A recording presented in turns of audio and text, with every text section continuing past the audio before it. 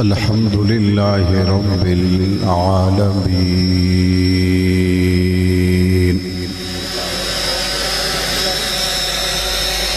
والعاقبة للمتقين والصلاة والسلام على آله وأصحابه أجمعين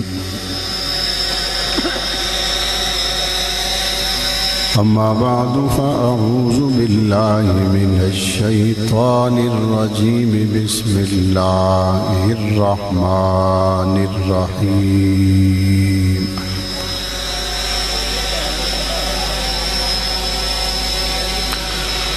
النبي أولى بالمؤمنين من أنفسهم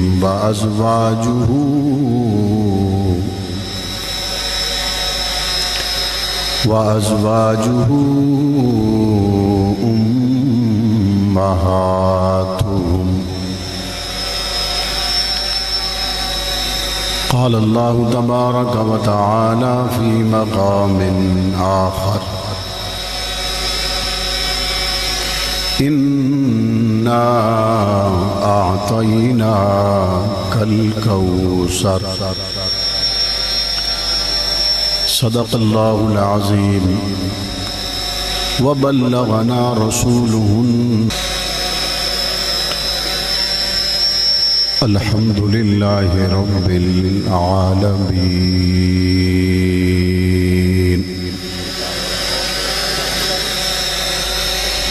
والعاقبة للمتقين والصلاة والسلام على آله وأصحابه أجمعين.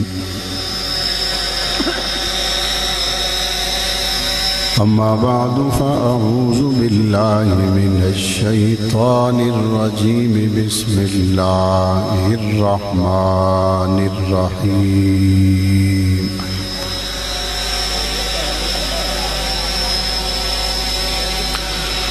النبي أولى بالمؤمنين من أنفسهم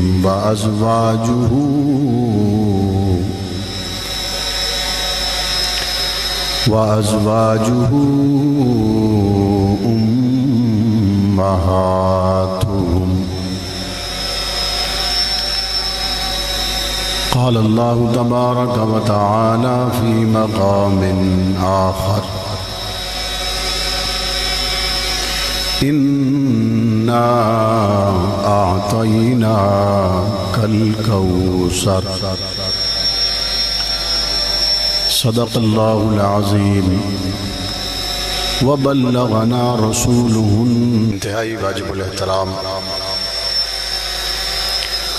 قابل صد احترام حضرات علماء اکرام،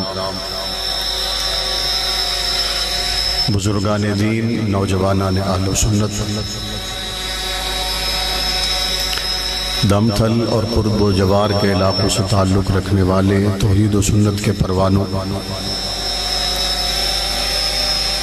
اللہ تبارک و تعالیٰ کے احسان، فضل، کرم کے برکت سے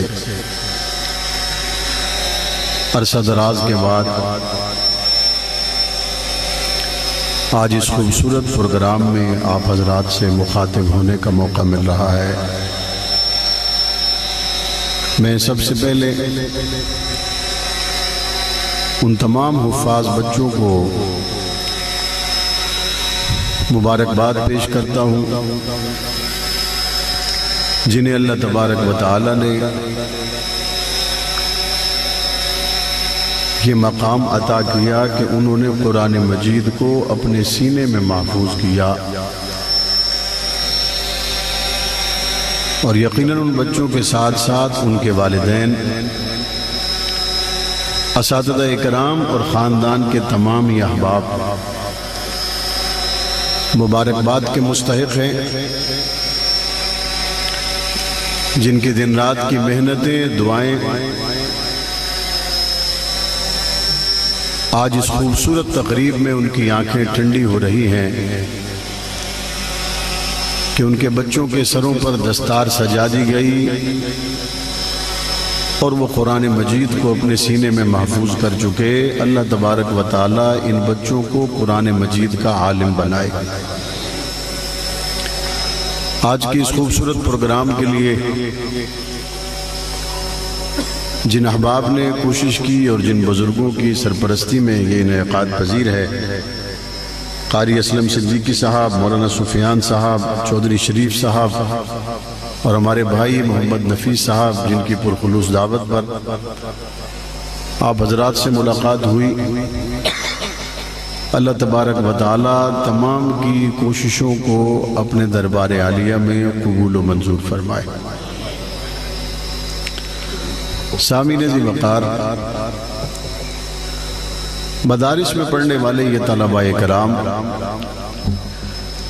جو قرآن مجید کے زیور سے آراستہ و پیراستہ ہونے کے بعد دینی خدمات سر انجام دیتے ہیں، مدارس بھی سال میں 1 یا 2 مرتبہ اپنی سال بھر کی کارکردگی کو مختلف تقریبات کے ذریعے سامنے لانے کی کوشش کرتے ہیں، جہاں دستار فضیلت سجانے کے ساتھ ان بچوں کی حوصلہ افزائی اور خاندان کے افراد کو مبارکباد دینا مقصد ہوتا ہے، وہاں ایک دوسرا مقصد یہ بھی ہوتا ہے کہ مدارس عربیہ اپنی اس کارکردگی کو علاقہ کے لوگوں کے سامنے رکھ سکے جو ان کی دن رات کی محنت اور کوشش کی شکل میں شب و روز دیکھنے اور سننے میں آتی ہے۔ چنانچہ اگر ہم مدارس عربیہ کا ایک اجمالی جائزہ لیں تو ہمیں نظر آتا ہے کہ بے سر و سامانی کے عالم میں کام کرنے والے یہ قراء اور یہ علماء کرام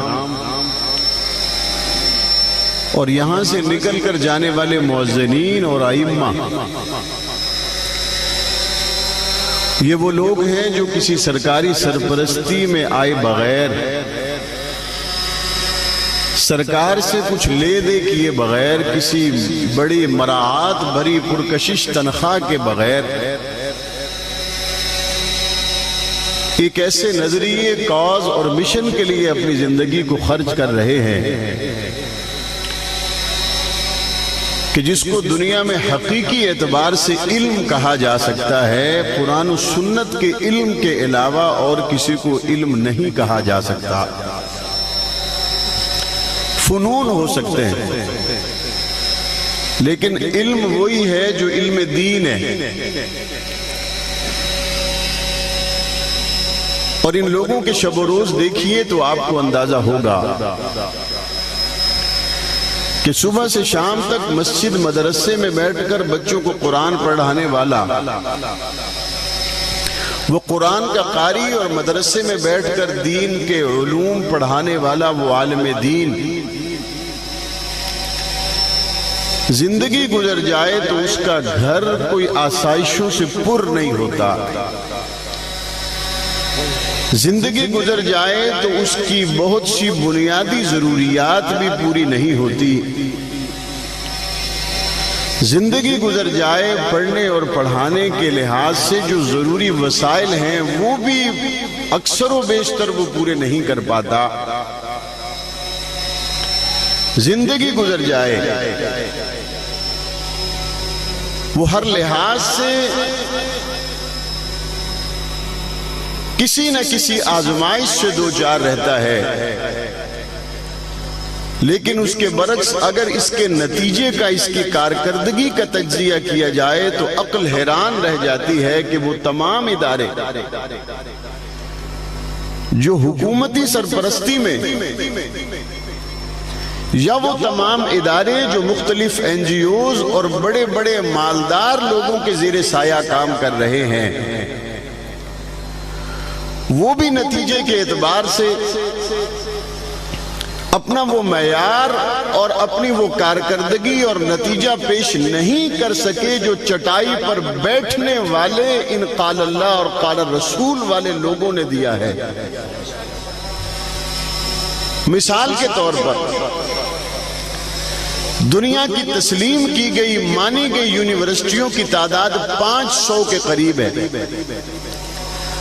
اربوں کھربوں روپے کا سرمایہ خرچ کرنے کے باوجود آج بھی پاکستان کے اندر ایک بھی یونیورسٹی ایسی نہیں ہے جو ان 500 معیاری یونیورسٹیوں میں شامل ہو۔ بہت بڑی رقم خرچ کرنے کے بعد، بجٹ میں ایک بہت بڑا حصہ رکھنے کے بعد بھی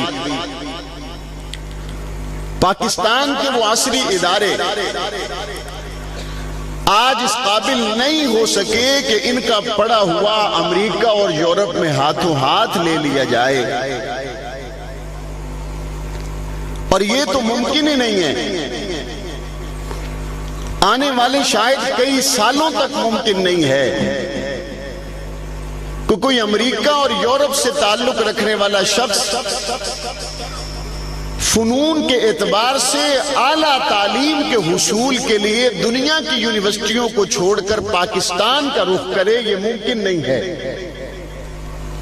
یہ ضرور دیکھا گیا کہ لوگوں نے گھر بیچے، زمینیں بیچی، پلاٹ بیچے، دکانیں بیچی، اور اپنے بچے کو بہتر فنون کے حصول کے لیے امریکہ کی یونیورسٹیوں میں بھیجا، یورپ کی یونیورسٹیوں میں بھیجا۔ اس کے برعکس آپ آئیں مدارس کے معیار کو، نظام تعلیم کو دیکھیں تو آپ کو خوشگوار حیرت ہوگی کہ مدارس عربیہ کراچی سے کشمیر تک پھیلے ہوئے ان مدارس کے اندر اگر آپ چیک کرتے چلے جائیں تو آپ کو پتا چلے گا امریکہ اور یورپ سمیت کم و بیش اس ملک کے اندر تعلیم کے حصول کے لیے آنے والے طلباء کی تعداد 50 ملکوں سے بھی زیادہ ہے، اور قرآن مکہ اور مدینہ میں اترا۔ مکہ اور مدینہ کی مسجدوں میں چلے جائیں، مسجد نبوی میں جائیں یا مسجد حرام میں چلے جائیں، وہ زمین جہاں پہ قرآن نازل ہوا، وہ لوگ جن کی زبان میں نازل ہوا، وہ لوگ جو قرآن مجید کی زبان کو سمجھتے، وہ علاقے گلیاں اور محلے جن کی قسمیں اللہ نے قرآن میں اٹھائی ہیں، ان محلوں میں، شہروں میں، ان مسجدوں میں جا کر دیکھیں تو آپ کو چٹائی پر بیٹھنے والے پاکستان کے اس ملا کی محنت کا پتہ چلے گا کہ مسجد نبوی کے قالینوں پر بیٹھ کر قرآن پڑھانے والا بھی پاکستان کے مدرسے سے پڑھا ہوا ہے، مکہ مکرمہ میں مسجد حرام کے برآمدوں میں بیٹھ کر بھی قرآن پڑھانے والا پاکستان کے مدارس سے پڑھا ہوا ہے۔ آپ یورپ چلے جائیے، آپ کو وہاں کی مساجد و مدارس میں، آپ کو وہاں کے اسلامک سینٹرز میں، آپ کو پاکستان کے پڑھے ہوئے علماء کرام ملیں گے۔ میں نے کہا دنیا بھر میں پھیلے ہوئے یہ لوگ زبان حال سے یہ کہہ رہے ہیں کہ پاکستان کے عالم نے چٹائی پر بیٹھ کر بھوک اور افلاس میں، غربت کے ایام میں اپنے بچوں کے پیٹ کو گرا دے کر جو دین کی خدمت کی ہے، جو قرآن کی خدمت کی ہے، نہ صرف یہ کہ اس کی دنیا میں مثال کوئی نہیں، بلکہ دنیا کے کونے کونے میں چلے جائیں، آپ کو اگر دین سکھاتا ہوا کوئی ملے گا تو پاکستان کا پڑھا ہوا ملے گا۔ یہ محنت ہے، یہ راتوں رات نہیں ہوا، اس کے پیچھے بہت سے لوگ قربانیاں دیتے آئے ہیں، اور بڑی تعداد میں آج کی تاریخ میں بھی لوگ قربانیاں پیش کر رہے ہیں۔ اب چاہیے تو یہ کہ ان مدارس کے پڑھے ہوئے اور ان مدارس میں پڑھانے والے لوگوں کی حوصلہ افزائی کی جائے، حوصلہ افزائی کی جائے، ضرورت ہے۔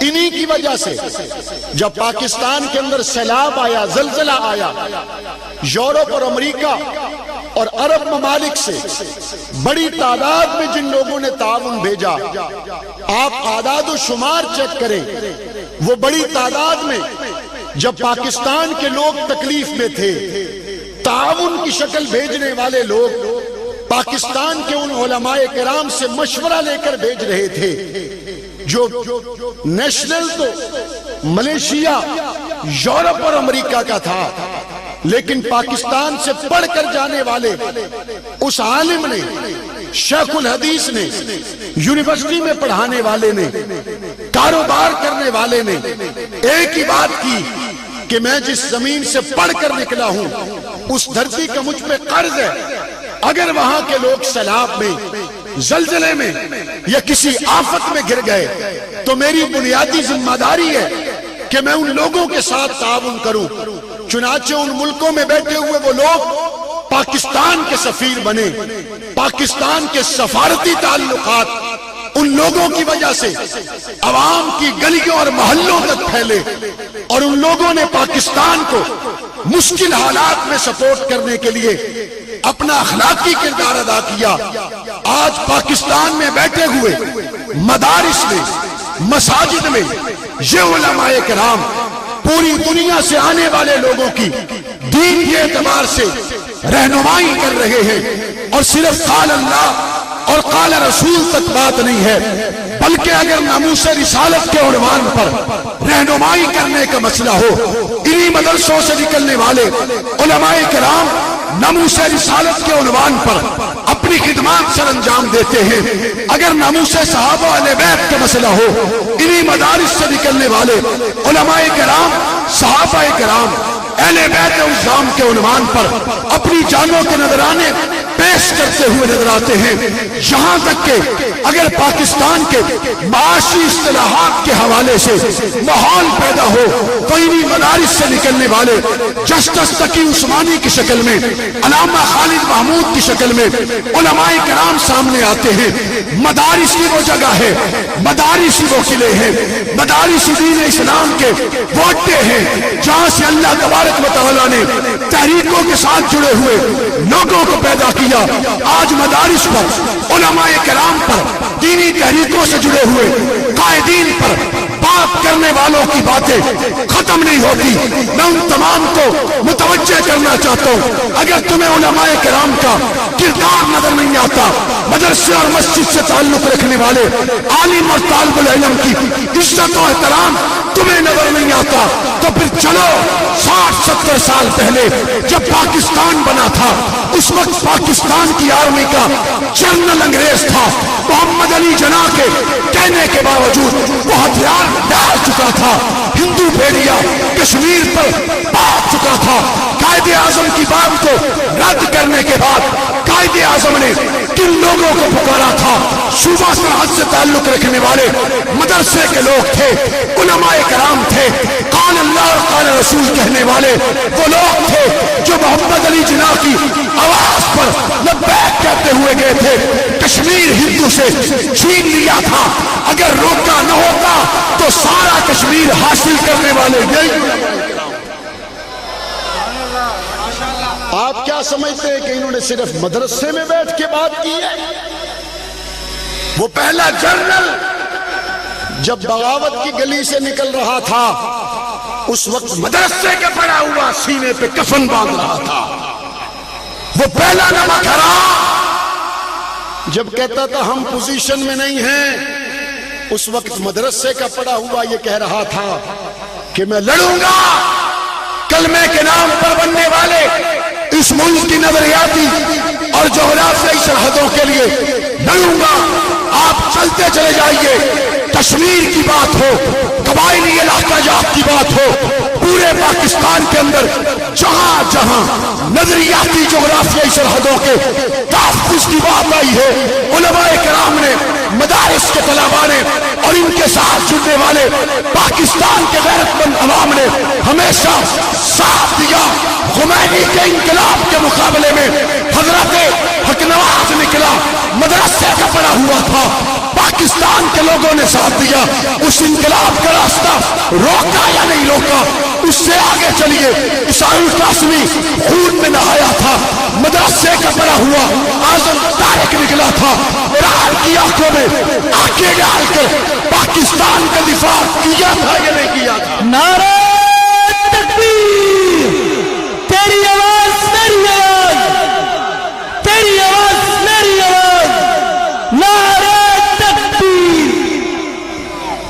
جب بھی مشکل وقت آیا اسلام پر یا پاکستان پر نکلے تو یہی روٹی سوکھی اور دال پھیکی اور بچھی ہوئی چٹائی اور مسلح کا مولوی، نکلے تو یہی ہیں۔ جنگ آزادی پڑھو، 1857 سے لے کر 1947 تک بے وقوف لوگ ہیں، احمق لوگ ہیں، نہ دین کے نہ دنیا کے، نہ گھر کا نہ گھاٹ، جو یہ کہتا ہے علماء کا پاکستان بنانے کا کردار نہیں ہے تو تیرے باپ کا کردار ہے۔ تمہیں نظر نہیں آتی جب دلی کے درختوں کے ساتھ لگی ہوئی علماء کرام کی لاشیں تھی؟ تمہیں نظر نہیں آتی جب باپ کے ساتھ باندھ کر علماء کرام کو اڑا دیا جاتا تھا؟ تمہیں نظر نہیں آتا جب دلی کے چوک میں احمد اللہ شاہ مدراسی کو، آزادی کے مجاہد کو گولی سے اڑا دیا گیا تھا؟ تمہیں نظر نہیں آتا جب قاسم نانوتوی سر پہ کفن باندھ کے نکلا تھا؟ تمہیں نظر نہیں آتا جب شاملی کے علاقے میں حافظ ضامن شہید ہوا تھا؟ تمہیں نظر نہیں آتا جب اشرف علی تھانوی نے محمد علی جناح کی ہاں میں ہاں ملائی تھی؟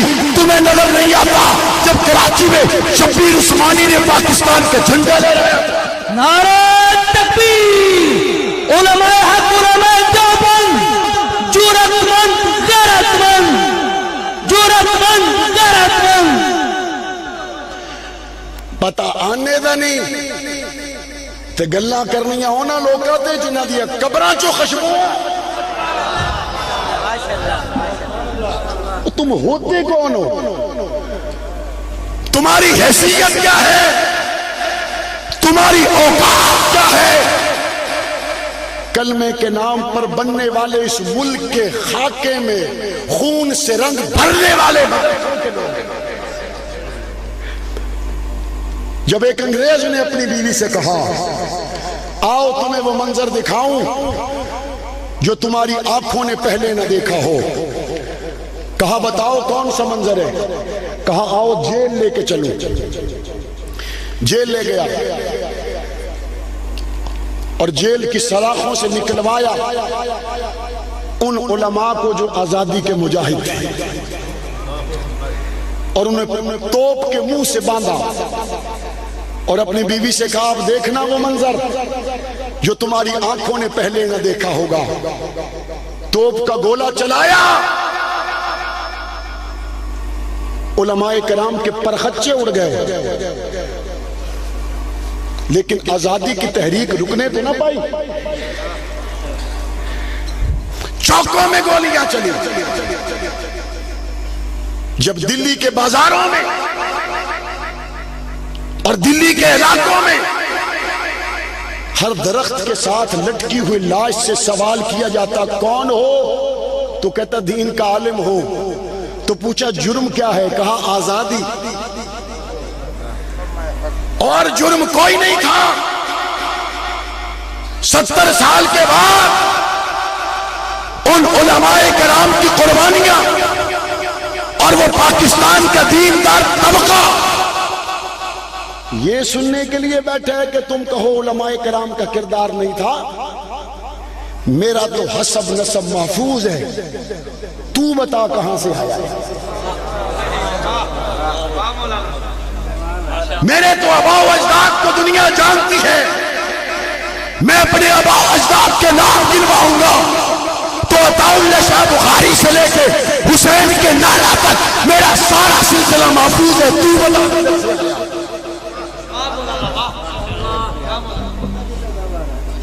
علماء کرام کو، مدارس سے پڑھے ہوئے لوگوں کو نظر انداز کرتے ہو تو کر لو۔ 15 سال پہلے آپ کے ڈیڈی جان امریکہ نے بھی کیا تھا اور ان کے بیٹے نے بھی کیا تھا، اور کیا کہا تھا کہ یہ پہاڑوں والے مولوی 2 مہینے میں ختم، بس 2 ہی مہینے میں ختم۔ اور کیا کہا، ان مولویوں کے دن گنے جا چکے۔ اور مولانا اعظم طارق نے کہا تھا تم ان کے دن گنتے ہو، میں تمہارے دن گنوں گا۔ سنیوں کا وزیر اعظم، تم ان کے دن گنتے ہو، میں تمہارے دن گنوں گا۔ کہا دیکھو کارپیٹ بمباری ہوگی تو کون بچے گا، کون رہے گا؟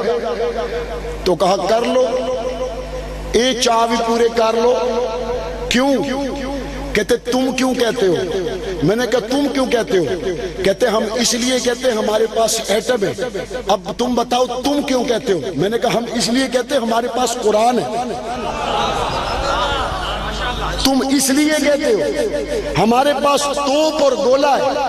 ہم اس لیے کہتے ہیں ہمارے پاس گنبد خضرا والی سرکار ہے۔ تم اس لیے کہتے ہو تمہارے پاس سائنسدان ہے۔ ہم اس لیے کہتے ہیں ہمارے پاس محمد عربی کا فرمان ہے۔ کہتے پھر کیا ہوگا؟ میں نے کہا دیکھو زبانی باتیں اپنی جگہ، میدان میں آ کے دیکھ لو ہوتا کیا ہے۔ جب میدان میں آئے تو کیا ہوا؟ کہا بلیک لسٹ میں ڈالو، کہا پکڑ لو، جکڑ لو، رگڑ دو، مار دو، اڑا دو، کرتے رہو کرتے رہو کرتے رہو کرتے رہو۔ 15 16 17 سال گزر گئے۔ میں نے کہا 2 مہینے کا ٹائم پورا نہیں ہوا کیا؟ گنتی ختم نہیں ہوئی کیا؟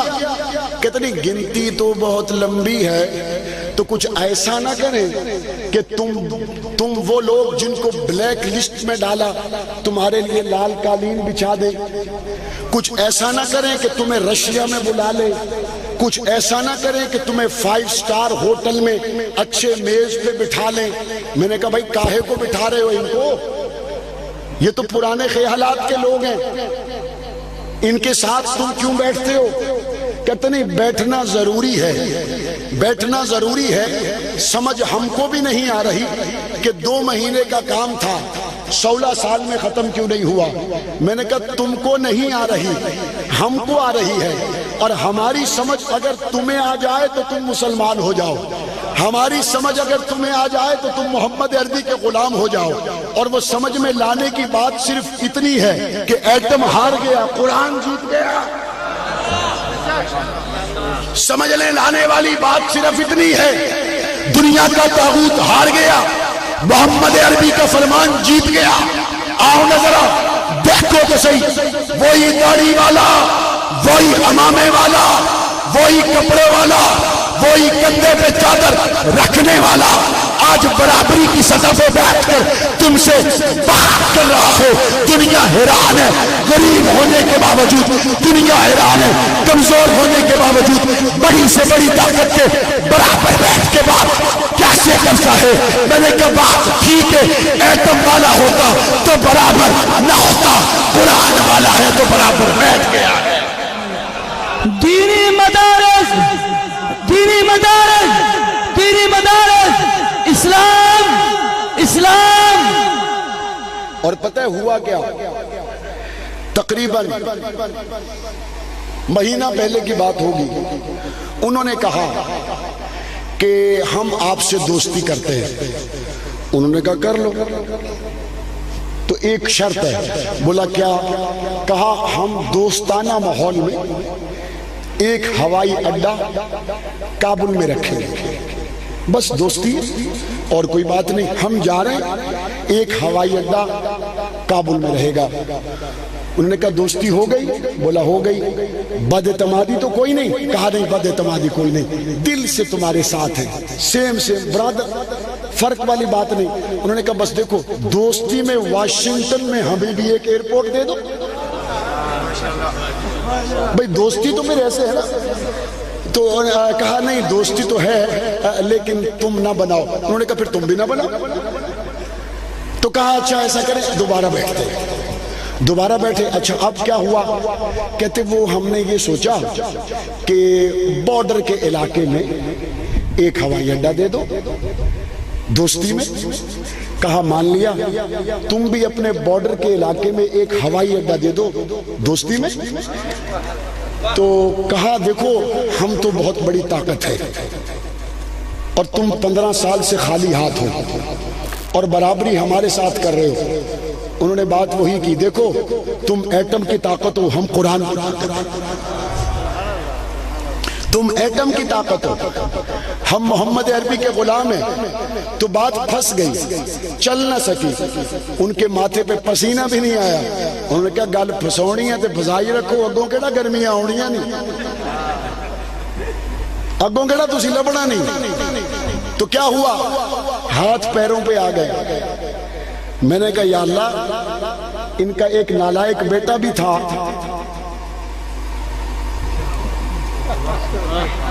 اور وہ اسلام آباد میں ظلم ڈھا رہا تھا, اس کا کیا ہوا؟ اللہ کہتا ذرا دیکھو تو صحیح. وہ بیماری لگائی کہ خود منہ سے بول کے کہتا ہے مجھے وہ بیماری لگی جو لاکھوں میں کسی ایک کو لگتی ہے. مجھے وہ بیماری لگی جو لاکھوں میں کسی ایک کو لگتی ہے. اور اس میں کیا ہو رہا ہے, اس میں کیا ہو رہا ہے؟ میں نے ایک ڈاکٹر سے پوچھا, اس نے کہا اس میں سب سے پہلا کام یہ ہوگا, نہ مکہ بنا سکتا ہے, نہ لہرا سکتا ہے, نہ دکھا سکتا ہے. جو مکے بنا رہا تھا, لہرا رہا تھا, ڈرا رہا تھا, اٹھ نہ سکے, بات نہ کر سکے, بدبو کی وجہ سے پاس فیملی نہ بیٹھ سکے. ارے قرآن پڑھنے والے تو آج بھی بیٹھے, نبی کے فرمان والے تو آج بھی بیٹھے, صحابہ اہل بیت والے تو آج بھی بیٹھے.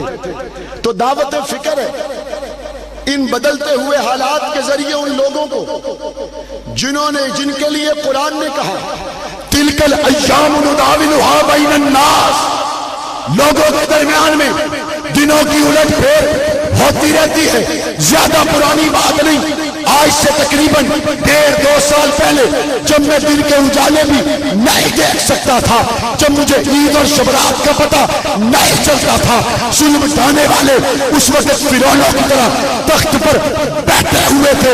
رب نے دن بدل دیے, معاویہ اعظم تارک میدان میں ہے, مجھے ستانے والوں کو آج کوئی ملنے نہیں جا رہا.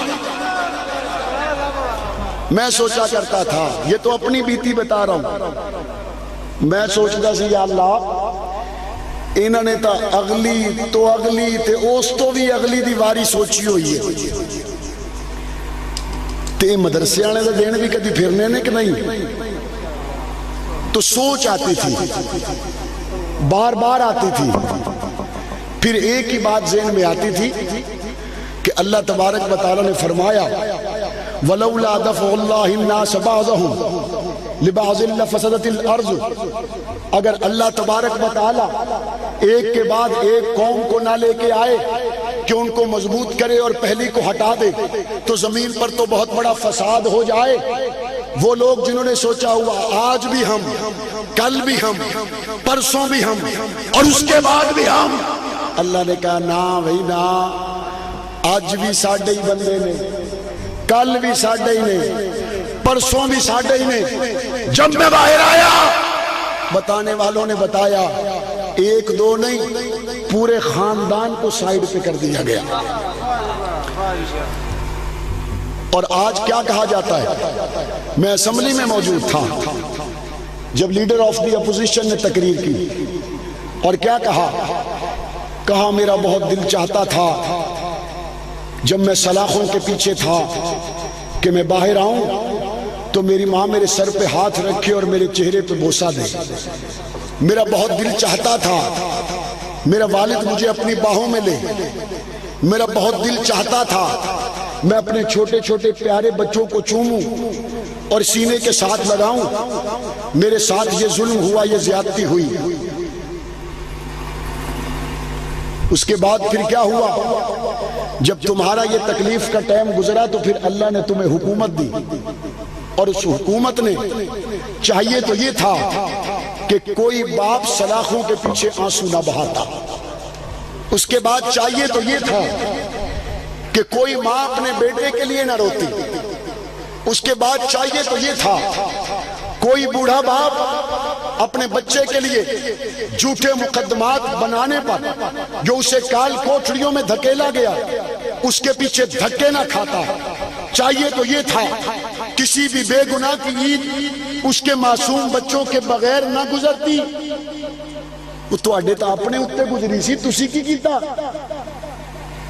لیکن میں نے دیکھا کہ اس 10 سالہ دور میں یتیموں کی آنکھوں میں آنسو تھے. میں نے دیکھا کہ اس دور میں مائیں جن کے سر میں چاندی چمک رہی تھی وہ اپنے بیٹوں کے لیے سلاخوں کے باہر رول رہی تھی. میں نے دیکھا جس باپ کے سر میں سفید بال اور چہرے پہ سفید داڑھی ہے وہ اپنے بچے کے جھوٹے مقدمات کو فیس کرنے کے لیے عدالتوں کے دھکے کھا رہا تھا. تلک الایام نداولها بین الناس. تم نے نہیں سیکھا وہ بوڑھوں کی دعائیں تمہارے جوڑوں میں بیٹھ گئی. تم نے نہیں سیکھا وہ مدرسے میں قرآن پڑھنے پڑھانے والے لوگ جب تم سے تنگ آ گئے تو آج رب کی پکڑ میں ہو. اور آج کے حکمرانوں سے بھی کہتا ہوں سیکھو. قرآن یہی کہتا ہے فَاعْتَبِرُوا يَا أُولِي الْأَبْصَارِ. پہلے جو کچھ ہوا ان سے سیکھ کر ان کو عبرت کا نشان سمجھ کر اپنا آنے والا وقت بہتر کرو. اگر تمہارے دور میں بھی قرآن والوں پر، مدارس والوں پر، علماء کرام پر، ختم نبوت، صحابہ اور اہل بیت کے چاہنے والوں پر یہ جھوٹے مقدمات بنتے رہیں گے تو پھر یاد رکھو حکومت کسی کی نہیں ہے، حکومت حاکم الحاکمین کی ہے. سمجھدار وہ ہوتا ہے جو خود نشان عبرت نہ بنے بلکہ عبرت سے سبق حاصل کرے. تمہارے سامنے عبرتیں بکھری پڑی ہیں، ان خاندانوں کی بھی اور ان مکے دکھانے والوں کی بھی. آج عبرت حاصل کرو اور صرف ایک کام کرو، جھوٹے مقدمات کسی پر نہ بناؤ. قرآن والوں کو تنگ نہ کرو، نبی کے فرمان والوں کو تنگ نہ کرو. کسی یتیم کی آنکھ میں آنسو پچھلے دے گئے تو تم صاف کرو. کسی پر پہلوں نے ظلم کیا تم اس ظلم کا خاتمہ کرو. مجھے لوگ کہتے ہیں مولانا صاحب آپ نے تو ووٹ پی ٹی آئی کے وزیر اعلیٰ کو دیا اور پاکستان کے صدر کو دیا. میں نے کہا ووٹ دیا ہے، کلمہ محمد عربی کا پڑھا ہے، نوکر صحابہ اور اہل بیت کا ہوں اور اپنی پارٹی کا، اور میں جیتا ہوں اللہ کے فضل سے جیتا ہوں. پورے ملک میں ماحول بن گیا تھا لیکن اس کے باوجود اللہ کا شکر ہے یہ میرے والد کے کردار کی برکت ہے، یہ ان کے اخلاص کی برکت ہے. شیر کے نشان والا مجھ سے 55,000 پیچھے تھا اور بیٹ کے نشان والا مجھ سے 60,000 پیچھے تھا. اللہ کا شکر ہے 2/3 اکثریت سے کامیاب ہو کر میں آج ایوانوں میں پہنچا ہوں اور میرے رب کے ساتھ کمٹمنٹ ہے جب تک میں ہاؤس کے اندر ہوں ناموس رسالت کا عنوان ہوگا، ناموس صحابہ اہل بیت کا عنوان ہوگا. دین اسلام کی تحفظ کی بات آئے گی تو کلمہ محمد کا پڑھا ہے، حضور کا غلام سمجھ کر سب سے پہلے بات کری ہے، کرتے رہیں گے انشاءاللہ. آپ نے وہ وقت دیکھا ہوگا جب ناموس رسالت صلی اللہ علیہ وسلم کے عنوان پر ایک ماحول پیدا ہوا. اللہ کا شکر ہے اسمبلی کے اندر اگر اس وقت ناموس رسالت کا پھلیرا لہرانے کی اللہ نے کسی کو توفیق دی تو آپ کے بھائی معاویہ اعظم طارق کو دی ہے.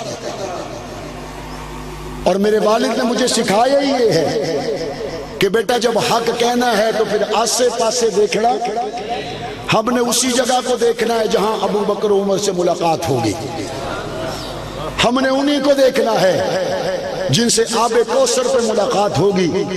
اور اس کے ساتھ ساتھ میں یہ سمجھتا ہوں دوران گفتگو اگر کم علمی کی وجہ سے یا سبقت لسانی کی وجہ سے وزیر اعظم پاکستان نے بدر سے رہ جانے والے صحابہ کرام کے بارے میں، احد میں جانے والے صحابہ کرام کے بارے میں نازیبا جملے کہے جس کی تمام مکاتب فکر کی طرف سے مذمت کی گئی، اگر ان کی زبان پھسل گئی یا ان کا مطالعہ صحیح نہیں تھا تو ان کی اس کو بروقت تردید کرنی چاہیے تھی. اگر ان کی تردید ابھی تک نہیں آئی تو پھر ہم یہ سمجھنے پر مجبور ہیں کہ یہ سلپ آف ٹنگ نہیں ہے، بلکہ یہ دیدہ اور دانستہ آپ نے کیا ہے یا آپ سے کروایا جا رہا ہے۔ ریاست مدینہ بغیر حضور کے صحابہ کی غلامی کے نہیں بن سکتی، ریاست مدینہ بغیر خلفائے راشدین کے نظام سے سیکھے نہیں بن سکتی، اور حضور کے صحابہ جو ہر لحاظ سے شجاعت، بہادر، دلیر، ان کے بارے میں جب تک ہمارا مطالعہ درست نہیں ہوگا، ادب اور احترام کا لہجہ اور الفاظ نہیں ہوں گے، اس وقت تک ریاست مدینہ کی پہلی اینٹ رکھی جا سکتی نہیں ہے۔ اور اس کے ساتھ ساتھ ہم انشاءاللہ پاکستان کی سب سے بڑی صوبائی اسمبلی کے اندر سود کے خلاف بل لے کے آ رہے ہیں، اور اس کے ساتھ ساتھ انشاءاللہ آنے والے وقت کے اندر اسلامی نظام کے نفاذ کے حوالے سے آئین کے تناظر میں جو ہم سے فورم پر زبانی یا تحریری شکل میں کوشش ہو سکی ہم ضرور کریں گے۔ ہاؤس کے اندر ہم کام کریں گے، باہر ہماری آواز کو مضبوط کرنے کے لیے آپ ہمارے ساتھ کھڑے ہوں گے۔ رمضان المبارک سے پہلے آپ کے اس بھائی نے یہ قرارداد پیش کی کہ رمضان المبارک کی رمضان ٹرانسمیشن کے اندر ان لوگوں کو موقع دیا جائے جو دین اسلام کی صحیح رہنمائی کر سکتے ہیں، ایسے لوگوں کو نہ بٹھایا جائے جو سال کے 11 مہینے ناچ گانے اور فحش گوئی میں گزارتے ہیں اور رمضان کے اندر اسلام سکھانے کے لیے بیٹھ جاتے ہیں۔ یہ دین اسلام کے ساتھ مذاق ہے اور اسے متفقہ طور پر پاس کیا گیا، جس کا صاف مطلب یہ ہے کہ معاویہ اعظم طارق جو قرارداد لے کے آتا ہے یہ اکیلا نہیں ہے، بلکہ 300 سے زائد پنجاب اسمبلی کے ممبران اس کے ساتھ کھڑے ہوتے ہیں۔ اس سے پہلے یکم محرم الحرام کو حضرت سیدنا فاروق اعظم رضی اللہ تعالیٰ عنہ کے یوم شہادت کو سرکاری سطح پر بنایا جائے اور عام تعطیل کا اعلان کیا جائے۔ اس کے لیے میں نے جب اپنے کولیگ سے دستخط لیے تو لیڈر آف دی اپوزیشن حمزہ شہباز نے میرے اس جائز مطالبے بڑی قرارداد میں سب سے پہلے دستخط کیے، قاف لیگ کے حافظ عمار نے اس پر دستخط کیے، تحریک انصاف کے حافظ ممتاز نے اس پر دستخط کیے، اور ان تینوں جماعتوں کے 50 سے زیادہ اراکین پنجاب اسمبلی نے اس پر دستخط کیے۔ الحمدللہ ہم جب ایوان کے اندر بات کرتے ہیں تو پورا ایوان ہمارے کندھے کے ساتھ کندھا ملا کے کھڑا ہوتا ہے۔ میں اپنے راول پنڈی اور اسلام آباد کے، راول پنڈی اور قرب و جوار کے علاقوں کے ان ایم پی ایز کا کس طرح شکریہ ادا کروں جنہوں نے مجھے ناموس رسالت صلی اللہ علیہ وسلم کی گفتگو کے بعد مل کر کہا، مولانا ہماری سیاسی وابستگی اپنی جگہ پر، نبی کی عزت کے لیے جہاں آپ اشارہ کریں گے ہم جان دینے کے لیے تیار ہیں۔ مجھے انہوں نے کہا ہمارا ٹکٹ، ہماری پارٹی جو بھی ہو، نبی پاک کی ذات کے لیے، صحابہ کرام کی عزت و ناموس کے لیے، اہل بیت کی عزت و ناموس کے لیے، اسلامی اقدار کے تحفظ کے لیے ہم آپ کے ساتھ ہیں۔ میرے رب نے چاہا انشاءاللہ ثم انشاءاللہ آنے والے وقت میں بلدیاتی انتخابات کے اندر بھی ووٹ ہمارا اسی کی صندوقڑی میں جائے گا جو صحابہ اور اہل بیت کا پہرے دار ہوگا۔ بلدیاتی انتخابات آگے آنے والے، کیا آپ اس بات کا وعدہ کرتے ہیں کہ آپ کا ووٹ ہماری امانت ہے؟ ہاتھ کھڑا کر کے بتائیں۔ جو کہتے ہیں مولانا آپ کا ووٹ ہماری امانت ہے، وہ ہاتھ کھڑا کر کے بتائیں۔ جہاں ہم ووٹ کہیں گے وہیں دیں گے؟ ہم بلدیات پہ جس کی سپورٹ کریں اسی کے ساتھ کھڑے ہوں گے؟ دونوں ہاتھ کھڑا کر کے بتائیں، اسی کے ساتھ کھڑے ہوں گے؟ صحابہ اہل بیت کے چاہنے والے کو ووٹ ملے گا، جو صحابہ اہل بیت کا، نبی پاک کا مخلص نہیں ہے اس کی صندوقڑی میں ووٹ جا سکتا؟ اور اسی طریقے سے حضرت عثمان غنی رضی اللہ تعالیٰ عنہ کی شہادت کے عنوان پر 19 ذو الحجہ کو آپ کے ڈسٹرکٹ میں مطالباتی ریلی نکالی جاتی ہے، آپ پہلے بھی اس میں شرکت کرتے ہیں۔ آج سے آپ نے 19 ذو الحجہ کی تیاری کا آغاز کر دینا ہے، اس کی تیاری کریں گے، لوگوں سے ملیں گے، اپنے علاقے کے اندر ناموس رسالت، صحابہ اہل بیت کے حوالے سے راہ ہموار کرتے چلے جائیں، اور میرے رب نے چاہا انشاءاللہ ثم انشاءاللہ اس بات کو ہم تحسین کی نظر سے آج بھی دیکھتے ہیں کہ پاکستان کی 70 سالہ تاریخ میں اگر کسی نے نبی کی پاک ریاست مدینہ بنانے کا دعویٰ کیا ہے تو وہ اس حکومت نے کیا ہے۔ بے شمار خامیاں ہو سکتی ہیں، ہم اصلاح کی کوشش کریں گے، لیکن ہم آج بھی پر امید ہیں کہ انشاءاللہ ثم انشاءاللہ جن کی جماعت کا نام ہی انصاف ہے وہ بتدریج ظلم کو ختم کریں گے، انصاف کو قائم کریں گے انشاءاللہ۔